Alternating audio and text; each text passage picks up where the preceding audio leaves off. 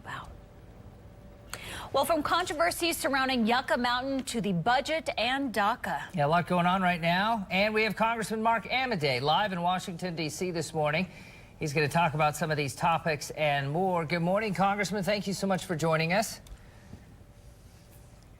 Good morning. Thanks for having me. First thing I want to ask you about immigration. Of course, the big thing right now, Republicans want to vote first on a plan to crack down on sanctuary cities. What is the deal right now? Can we find a middle ground with Republicans and Democrats to get this done with immigration reform? You know, fair question, one that's been being asked about a decade. I think the answer is yes, if you can get both sides to cease their addiction to their rhetoric.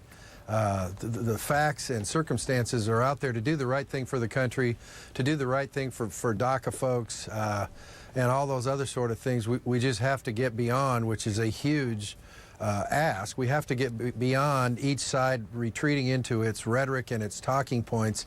And when you actually focus on the issue, the solutions are out there. It's trying to depoliticize it, which I know is an incredibly naive thing to say for somebody talking from Washington, D.C. Let's talk a little bit about something that at least Nevadans have been dealing with for a long time as well, and that's Yucca Mountain. And on Monday, we hear that there's some renewed interest in it and potentially bringing it back up and getting it running. Still people battling over whether or not it's the right thing for the Silver State. What say you?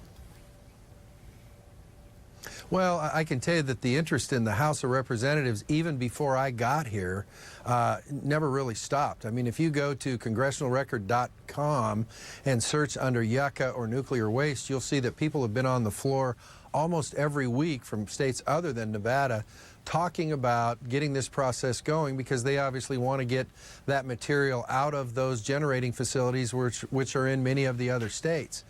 So when you talk about rekindled, you've got John Shimkus, who's the chairman of the subcommittee on energy and commerce, who's been a very strong advocate of getting it moving. The whole committee sent a bill out to the floor several months ago that actually came out on a bipartisan, pretty large vote. And so now they've been having some problems with the appropriations process, whether funding for things like research for reprocessing should be mandatory spending, which means we don't have to rely upon another Congress to appropriate money, or whether it's discretionary, which means that funding could be discontinued in a subsequent funding cycle. That's what's holding up over here. I'm obviously not privy to what goes on in the Senate, but I can tell you that I would highly doubt that Mitch McConnell is going to schedule a Yucca Mountain vote before November, when one of the members of his conference, Nevada's Dean Heller, is in a tight race. And so I don't think that the Senate Majority Leader wants to risk the same thing that happened in the House potentially happening in the Senate. So I don't think anything will happen this year in terms of House and Senate. I do expect the House to have a bill come in front of it this year, though. All right, Congressman, you've been representing Nevada's 2nd District since 2011 in Washington. You've been with the Obama administration and now with the Trump administration.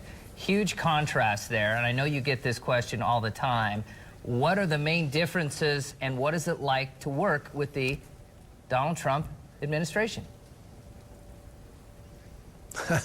Well, I'll tell you this.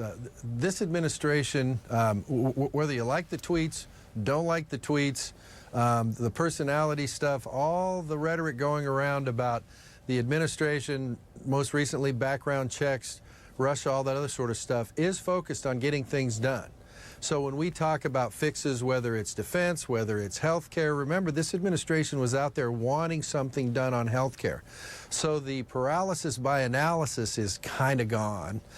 It is nice to be able to call those executive branch agencies that we typically want to interact with for Nevada issues, not the least of which is the Department of Interior, their Bureau of Land Management, folks like that, whether it's the Health and Human Services Department under Shima Verma and Tom Price before that, the Labor Department when we talk about issues affecting ag workers, the sheep industry in Nevada, MSHA's under there, which is mining safety. It's nice to have the ability to make a call as the member of the Appropriations Committee and ask to interact with the administration on what they're doing from an oversight perspective and actually be able to do that. So that part's nice, but I'll say this, and it seems like it happens with every successive administration. I thought things were pretty political under the Obama administration, and guess what? That was kind of medium volume. They're tremendously political. It seems like everything is looked at politically. The frustrating thing about that is, if you're trying to focus on the facts, for instance, immigration, and say, here's what the facts are, here's what we think a responsible policy is, there are days when it seems like it's almost impossible to penetrate that veil of politics to get to actually doing something on the issue. Congressman Mark Amodei reporting live for us this morning, or at least answering some of our questions from D.C. We really appreciate your time.